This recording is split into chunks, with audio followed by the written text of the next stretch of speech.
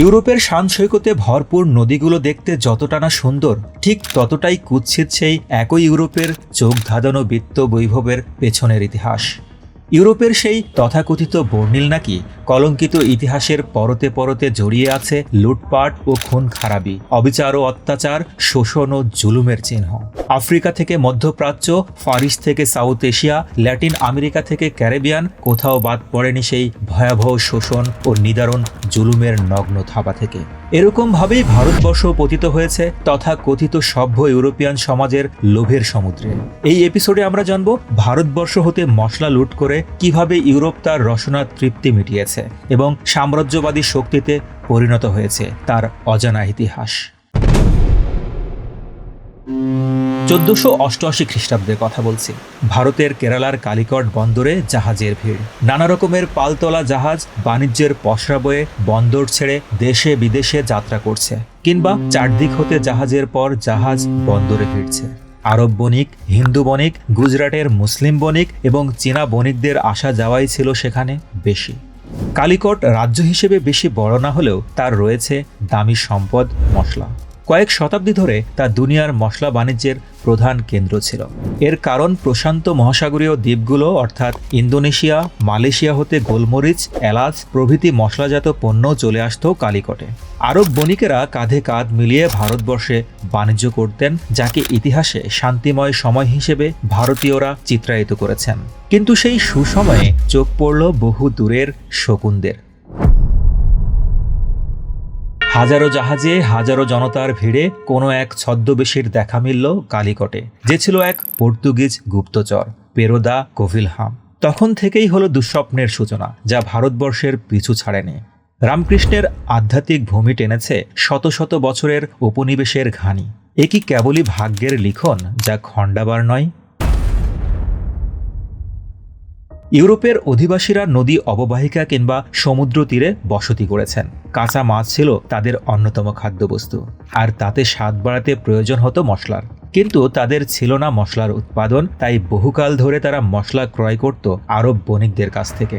ইউরোপে আরবদের কাছ থেকে কেনা মশলার সোল এজেন্ট ছিল ভেনিস, আর ধুরন্ধর ভেনিস বণিকেরা সমগ্র ইউরোপে মশলা সাপ্লাই দিত বহু চড়া দামে এক চেটিয়াভাবে। কিন্তু তাতে ভাগ বসাতে মরিয়া হয়ে উঠল আরেকটি ইতালীয় রাজ্য, জেনোয়া। তারা ভেনিস ও মুসলিমদের ব্যবসায় আঘাত হানতে পরিকল্পনা করল এবং তারা জিব্রাল্টার হয়ে আফ্রিকার উপকূল ধরে দক্ষিণে এগিয়ে চলেছিল। লক্ষ্য ভারতীয় উপমহাদেশ ও ভারত মহাসাগরীয় অঞ্চল। কিন্তু তারা সে অভিযান সমাপ্ত করতে পারেনি। তাদের অসমাপ্ত কাজ হাতে তুলে নিয়েছিল পর্তুগাল।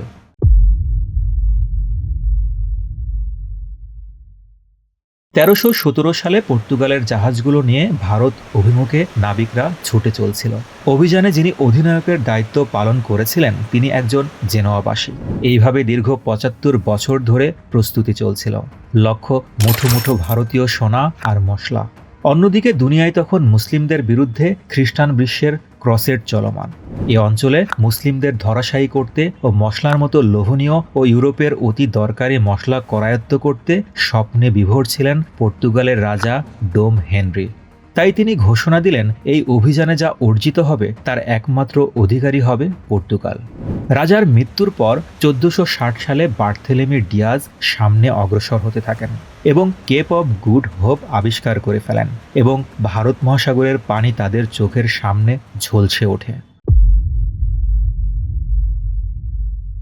এরপর 1497 সালের 8 জুলাই পর্তুগালের ট্যাগাস নদীর মুখে বেথেল পোতাশ্রয় থেকে 4টি কামান সজ্জিত জাহাজ নিয়ে মশলার বাণিজ্য ভিনয় করে প্রথম পর্তুগিজ দলটি ভারতের দিকে রওনা হয়, যার অধিনায়ক ছিলেন ভাস্কো দা গামা। সেই 1497 সাল ভারতবর্ষে ইউরোপীয় শক্তির প্রথম পদক্ষেপ ছিল, যা আমাদের স্মরণে রাখবার মতো সময়। ভাস্কো দা গামা কালিকট বন্দরে পৌঁছতেই রাজা জামোরিন তাকে সরল বিশ্বাসে বাণিজ্য করবার অনুমতি দেন। কিন্তু উদ্যত ভাস্কো দা গামা বন্দর ব্যবহারের শুল্কের দায় হতেও অব্যাহতির অসঙ্গত আবদার করে বসলেন।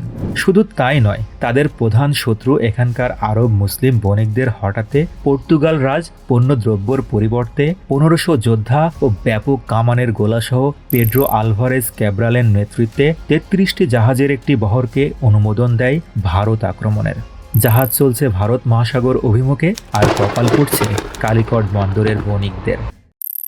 এই মশলার যুদ্ধে এরই মধ্যে পর্তুগাল রাজা ডোম ম্যানুয়েল অধিনায়ক ক্যাব্রালকে ইথিওপিয়া, আরব, পারস্য ও ভারত মহাসাগরে নৌ চলাচল, রাজ্য জয় ও মশলা বাণিজ্যর প্রভু বলে ঘোষণা করে বসলেন। আর ধর্মনেতা রোমের পোপ এ ব্যাপারে পর্তুগিজদের ওপর তার পবিত্র আশীর্বাদ ঢালাওভাবে বর্ষণ করে গেছেন, যাতে উপনিবেশীয় সবটুকু পাওয়া যায়। এদিকে মক্কা হতে হজযাত্রীদের নিয়ে নিরস্ত্র জাহাজ ভারতে ফেরার সময় পর্তুগিজদের সামনে এসে পড়ে এবং পর্তুগিজ ফিরিঙ্গিরা তা লুট করে নেয়। ভাস্কো দা গামার নির্দেশে তার সম্মুখে পুণ্যার্থীসহ মুসলমানদের জাহাজটিকে জ্বালিয়ে দেয়। এই অঞ্চলে শুরু হয় অস্থিরতা ও ভীতিকর অবস্থা। মুসলিম আরব বণিকেরা ভারতবর্ষকে ভালোবেসে এখানে বাণিজ্যের পাশাপাশি সংসার স্থাপন করে স্থায়ী বসতি স্থাপন করে ভারতের বাসিন্দা হয়ে গিয়েছিলেন এবং সম্পদ তাদের মাতৃভূমিতে না নিয়ে গিয়ে এখানেই উন্নতি করে যাচ্ছিলেন। আর এভাবেই ভারত হতে পেরেছিল প্রভূত উন্নত। এখানেই ইউরোপীয় আগ্রাসীর সাথে আরব মুসলিমদের প্রধান পার্থক্য। ভারতের চরম দুর্দিনে কালিকটের হিন্দু বণিক, মুসলিম বণিক সবাই একতাবদ্ধ হলো, কিন্তু পার্শ্ববর্তী হিন্দু অধ্যুষিত রাজ্যগুলো কালিকট রক্ষা করতে এগিয়ে আসেনি। পর্তুগিজ কামানের গোলার সামনে কালিকটের রাজার শক্তি ছিল খুবই অপ্রতুল ও তারা ছিলেন অসহায়। এই অবস্থায় কালিকটের রাজা জামুরিন সাহায্য চাইলেন মিশরের সুলতানের কাছে। তখন 1507 সাল। সুলতানের নির্দেশে 1500 যোদ্ধা আর কামান বোঝাই এক মিশরীয় বহর নিয়ে সেনাপতি মীর হোসেন ভারতে এসে ঘাঁটি গাড়লেন এবং কালিকট রাজা জামুরিনের বাহিনীকে সঙ্গে নিয়ে কালিকটের নিকটে কেরালার কোচিনে পর্তুগিজদের আক্রমণ করলেন। বীর বিক্রমে মিশরীয় বাহিনীর সে আক্রমণে কালিকটবাসীর কাছে পর্তুগিজেরা পরাস্ত হল এবং পিছু হটল। আরব সাগরের তীরে অবস্থিত পার্শ্ববর্তী হিন্দু রাষ্ট্র বিজয়নগর, মালব, খানদেশ, গুজরাট, আহমদনগরের গোয়ার রাজারা কেউই কালিকটের দুর্দিনে এগিয়ে এলেন না। এমনকি পার্শ্ববর্তী গুজরাটে মালিক আয়াজ নামে এক স্বার্থপর লোক সুলতানের প্রতিনিধির দায়িত্ব পালন করছিলেন। তিনিও মিশরীয় বাহিনীকে যুদ্ধ চলমান রাখার জন্য রসদ সরবরাহ বন্ধ করে দিলেন। ফলে সেনাপতি মীর হোসেন স্বল্প রসদ নিয়ে পুনরায় পর্তুগিজদের বিরুদ্ধে যুদ্ধ চালিয়ে গেলেন। সেখানে জয় পরাজয়ের মীমাংসা হলো না। এমন স্বার্থপরতা ও সংকীর্ণতা দেখে দেখে সেনাপতি মীর হোসেন অভিমান করে ভারত ছেড়ে মিশরে চলে গেলেন। তারপর পর্তুগিজরা একে একে সবকটা রাজ্য হস্তগত করে নিল।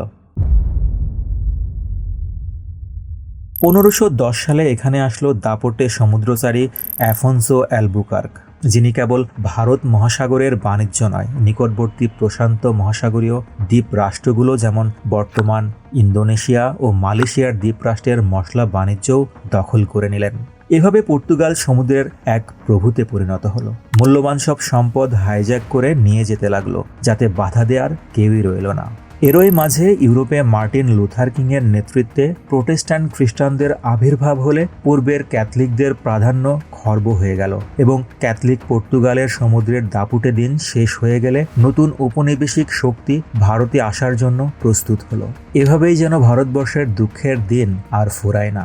সেই নতুন শক্তিধর কারা ছিল? আপনারা কি ভেবে দেখেছেন কিভাবে আমাদের এই অঞ্চল বহিঃশক্তির দ্বারা শোষিত হয়েছে বারবার? আপনারা কমেন্ট করে জানিয়ে দিন, আর তাদের সম্পর্কে আমরা আগামী এপিসোডে বিস্তারিত জানব। সে পর্যন্ত সাবস্ক্রাইব করে আমাদের সাথেই থাকুন। আপনার বন্ধুদের জানাতে ভিডিওটি শেয়ার করতে পারেন।